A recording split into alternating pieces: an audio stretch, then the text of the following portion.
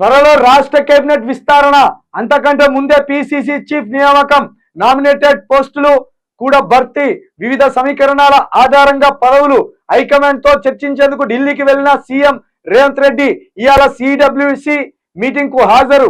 కొత్తగా ఎన్నికైన కాంగ్రెస్ ఎంపీలకు నేడు కార్గే డిన్నరు. హాజరు కానున్న రేవంత్, రాష్ట్ర ఎంపీలు. నాకు తెలిసి రేవంత్ రెడ్డి ఇప్పుడు ఢిల్లీకి పోగానే సోనియా గాంధీ, కార్గే, రాహుల్ గాంధీ ఖచ్చితంగా వార్నింగ్ ఇస్తారు. ఏమని?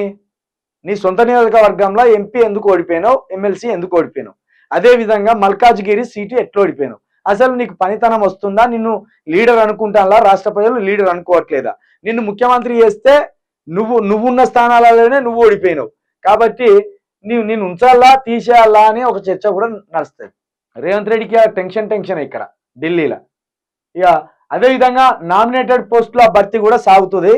ఇక దాంతో పాటు ఇంకా మంత్రి పదవులు ఉన్నావు కదా, మంత్రి పదవులకు సంబంధించి ఆ శాఖలు కూడా ఎవరెవరికి కేటాయిస్తారనేది కూడా ఒకటి ఉంటుంది.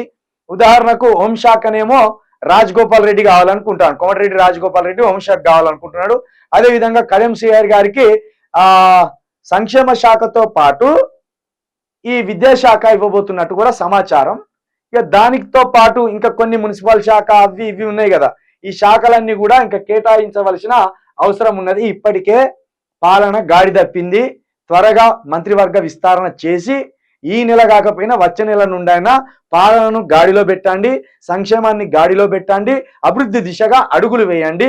ఇప్పటికైనా మీ మీద వచ్చిన వ్యతిరేకత తగ్గించుకునే ప్రయత్నం చేస్తూ అభివృద్ధి దిశగా నడవండి రేవంత్ రెడ్డి గారు. లేకపోతే మిమ్మల్ని అసలు ముఖ్యమంత్రి గారిని గుర్తించే స్థితిలో లేరు మీరు. మీ పాలన అస్తవ్యస్తంగా ఉన్నది. నిజమే కదా మరి, తుమ్మిన ఢిల్లీకే దగ్గిన ఢిల్లీకే అంటే ఇప్పుడు మళ్ళా ఢిల్లీకే పోయిండు. మంత్రి పదవులు ఎవరికి ఇవ్వాలని, నామినేటెడ్ పోస్టులు ఎవరికి ఇవ్వాలని మళ్ళీ ఢిల్లీకి ఉరికింది. అందుకే గల్లీ లీడర్లు చెప్తే ఢిల్లీ లీడర్ ఉరకాలి. మా ఇన్ని రోజులు ఎట్లుండే, గల్లీ లీడర్లు ఖబర్దార్ అంటే ఢిల్లీ లీడర్లు ఆగేటోళ్ళు. అక్కడి నుంచి ఇక్కడికి వచ్చిన పరిస్థితి.